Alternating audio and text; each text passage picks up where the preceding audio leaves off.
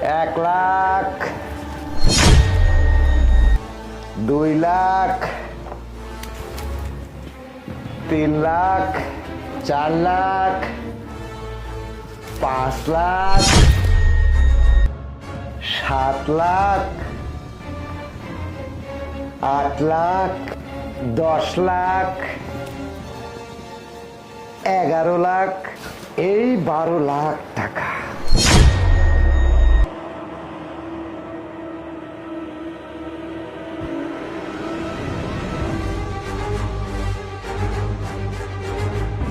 এই নয়ন, সাহেব এদিকে আয় তো। বলেন সাহেব। তুই এক কাজ কর, এই যে আমি এইখানে এই কার্টুনটা রাখলাম, বুঝেছিস? এখানে রাখেন। শোন, হ্যাঁ বলেন বলেন। ভালো করে শুনবি কথাটা। বলে এই কার্টুনের মধ্যে একটা খুব দামি গুপ্তধন আছে। ঠিক আছে। ঠিক আছে না? ভালো করে শোন। কিছুক্ষণ পরে আমার এই বাড়িতে আমার একটা গেস্ট আসবে। আসার পরে এই গুপ্তধনটা তাদেরকে দেখাতে হবে এবং এই গুপ্তধন দিয়ে আমি প্রচুর টাকা ইনকাম করতে পারবো। শোন, আমি যদি ধনী হই তাহলে তোর জন্য তো ভালো, তাই না? তাহলে তুই চিন্তা করবি না, এটা খুব সযত্নে রেখে দিবি। ওরা এসে যদি না পায়, বুঝেছিস, আর না দেখাতে পারি, তাহলে তো আমার টাকাও আসবে না। আর টাকা না আসলে আমিও শেষ, তুইও শেষ, তাই না?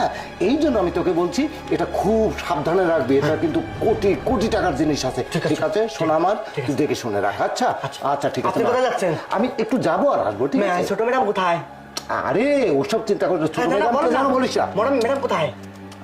ম্যাডাম জানি না, যেখানে থাক থাক, আমি এটা নিয়ে বিজি আছি। শোন, এটা ছোট ম্যাডামও যেন না জানে। আমার কথা বুঝেছি? আমি আসি, যাবো আর আসবো, ঠিক আছে? শোনা, আচ্ছা ঠিক আছে সাহেব, ঠিক আছে। আপনি জান গুপ্তধন, গুপ্তধন দিছে।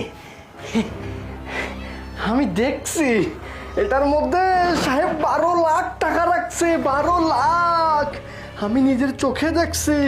সাহেব 12 লাখ। আমি আমার তো কপাল খুলে গেছে, কপালটা আমার খুলে গেছে।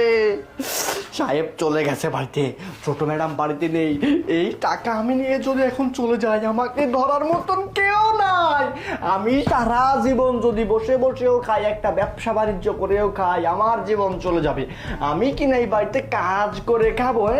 সবসময় আমার সাথে খারাপ ব্যবহার করিস তোরা। আর আজকে সোনা পাখি বলতেছে, বিশ্বাস করে রেখে গেছিস না? তোদের বিশ্বাসে থুতু মারি আমি, তোদের বিশ্বাসে। এটা নিয়ে চলে যাব, আমার জীবন পার হয়ে যাবে। তাই রে নাই রে না আমার। এই কে? তোকে আমি বলছি এই জিনিসটা একটু রেখে দে সুন্দর করে।